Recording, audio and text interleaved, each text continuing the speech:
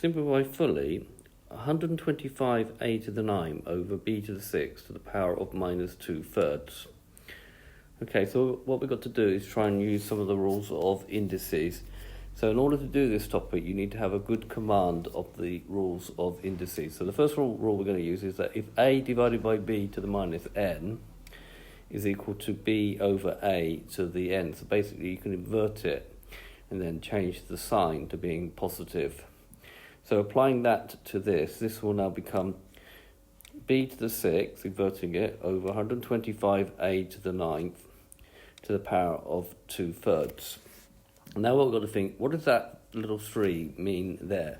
Well, what it means is if you take the cube root of a, it is the same as a to the 1/3.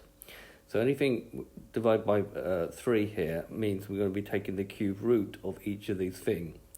So all we do is if we multiply 1/3 by 6, we'll keep the squared sign out to begin with. We're just going to get, and we can just do term by term, that's what this is saying. We're going to get b squared.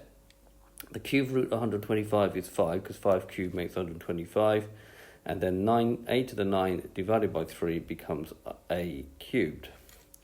Then finally, again applying this rule, we just need to square each of these terms by multiplying. So this will become b to the 4. 5 squared is 25.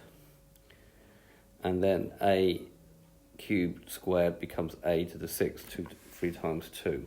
So the final answer is b to the 4 over 25a to the 6. So this has been a video to show you how to simplify an expression using the rules of indices. I hope you've understood, and I thank you very much for watching.